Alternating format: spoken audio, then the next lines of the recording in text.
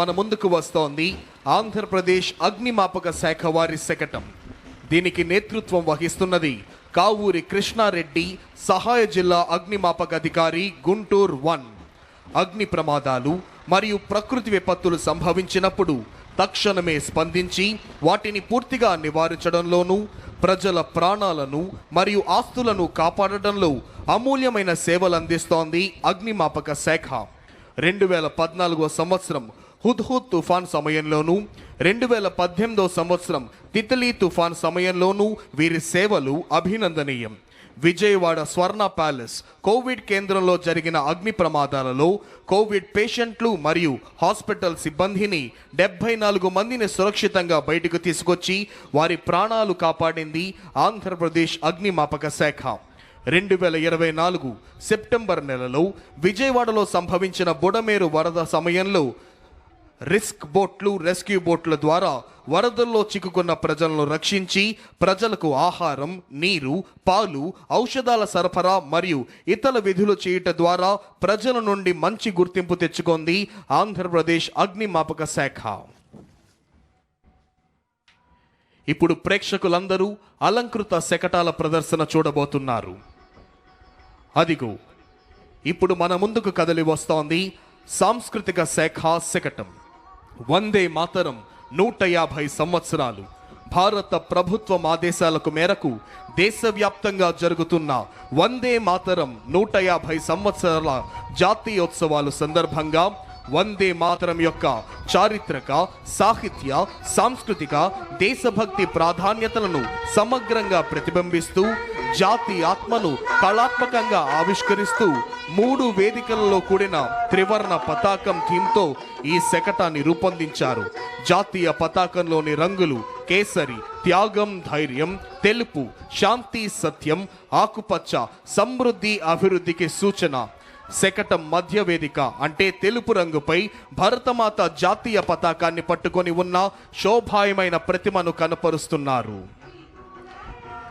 ఇప్పుడు మీరు చూస్తున్నారు ప్రణాళిక శాఖ వారి దారిద్ర్య రహిత సమాజం జీరో పావర్టీ P4 శకటం. సమాజంలో అనేక పేద కుటుంబాలు నిత్యం పేదరికంతో పోరాడుతూ జీవిస్తున్నాయి. రేపటి కోసం భరోసా లేకుండా నేడు బ్రతుకుతున్న ఆ కుటుంబాలకు చేసే చిన్న సహాయం కూడా భవిష్యత్తుపై నమ్మకాన్ని కలిగిస్తుంది. రాష్ట్రంలోని పేదల పరిస్థితిని గమనించిన ముఖ్యమంత్రి శ్రీ నారా చంద్రబాబు నాయుడు గారు పేద కుటుంబాలకు మెరుగైన భవిష్యత్ అందించాలన్న సత్సంకల్పంతో జీరో పావర్టీ P4 అంటే ప్రభుత్వం, ప్రైవేట్, ప్రజల భాగస్వామ్యంతో రూపొందించిన సమగ్ర అభివృద్ధి కార్యక్రమం P4కి శ్రీకారం చుట్టారు. P4 కార్యక్రమంలో 3 ప్రధాన అంశాలు: family mentorship, community adoption, fund a need. ఇప్పుడు మీరు చూస్తున్నారు మన ముందుకు వస్తోంది సెర్ప్ శకటం. మహిళా సంక్షేమమే చంద్రన్న ధ్యేయం. 1,00,000 మంది మహిళలను పారిశ్రామికవేత్తలుగా తీర్చిదిద్దడమే మన ప్రభుత్వ ఆశయం. ఆంధ్రప్రదేశ్ ప్రభుత్వం పేదల సంక్షేమం, మహిళా సాధికారత మరియు గ్రామీణ అభివృద్ధి పట్ల అచంచలమైన నిబద్ధతతో ముందుకు సాగుతోంది. కూటమి ప్రభుత్వం అధికారంలోకి వచ్చిన వెంటనే ఎన్టీఆర్ భరోసా పథకం క్రింద వృద్ధులకు 4,000, వికలాంగులకు 6,000, వ్యాధిగ్రస్తులకు 10,000 నుంచి 15,000 రూపాయల పెన్షన్ అందిస్తూ వాటిని నేరుగా లబ్ధిదారుల గడప వద్దకే అందించే విధానాన్ని ప్రారంభించింది. 2024-25 మరియు 2025-26 ఆర్థిక సంవత్సరాలలో 52,450 కోట్లను విడుదల చేసింది. ఇప్పుడు మీరు చూస్తున్నారు మన ముందుకు వస్తోంది ఆరోగ్య, కుటుంబ సంక్షేమ మరియు వైద్య విద్యాశాఖ శకటం. ఆంధ్రప్రదేశ్ రాష్ట్రం ప్రస్తుతం కీలకమైన జనాభా మార్పు దిశలో ఉంది.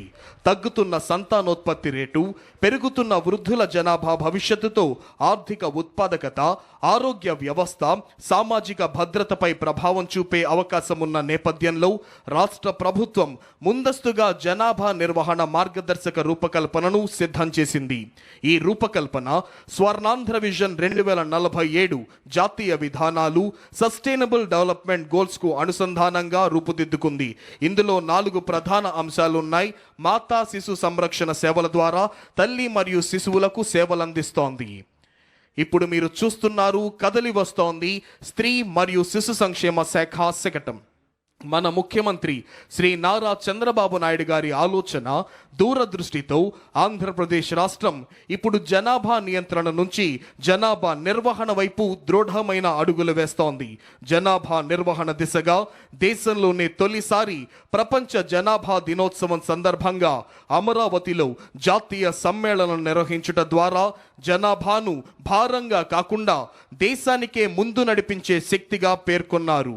ఈ ఆలోచనకు 5 ముఖ్యమైన మూల స్తంభాలు: సహాయక సంతానోత్పత్తి వ్యవస్థ, ముందస్తు ఆరోగ్య సంరక్షణ, నిరంతర నైపుణ్యాభివృద్ధి, ఉద్యోగ ఉత్పాదకంతో మహిళలకు ప్రోత్సాహం, చురుకైన క్రియాశీల వృద్ధాశ్యం.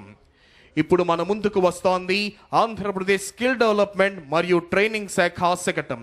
ఆంధ్రప్రదేశ్ ప్రభుత్వం రాష్ట్రాన్ని ఫ్యూచర్ రెడీ ఆంధ్రప్రదేశ్గా తీర్చిదిద్దేందుకు స్కిల్ డెవలప్మెంట్ శాఖ ప్రధాన భూమికను పోషిస్తోంది. గత 12 నెలల్లోనే 4 లక్షల మందికి పైగా వ్యక్తులు శిక్షణ పొందగా 1.45 లక్షల మంది ఉపాధి అవకాశాలని పొందారు. Andhra Pradesh state skill development corporation ద్వారా రాష్ట్ర వ్యాప్తంగా 175 అసెంబ్లీ నియోజకవర్గాల్లో 192 స్కిల్ హబ్లు పనిచేస్తున్నాయి. వీటిలో 33,352 మంది శిక్షణ పొందారు. PMKVY 2.0 నుంచి 4.2 పథకం క్రింద 80,898 యువతకు శిక్షణ, 33,715 మందికి ప్లేస్మెంట్స్ అందజేయడం జరిగింది. ఇప్పుడు మన ముందుకు కదలి వస్తోంది మానవ వనరుల అభివృద్ధి శాఖ శకటం. అక్షరంతో పునాది, ఆవిష్కరణలతో భవిష్యత్తు, విద్యా వికాసం, నైపుణ్య ప్రకాశం. ఆంధ్రప్రదేశ్ ప్రభుత్వం విద్యా రంగంలో సమగ్ర మార్పు, ఆధునికత, సమాన అవకాశాల లక్ష్యంతో సరికొత్త డిజిటల్ విద్యా విప్లవాన్ని ప్రారంభించింది.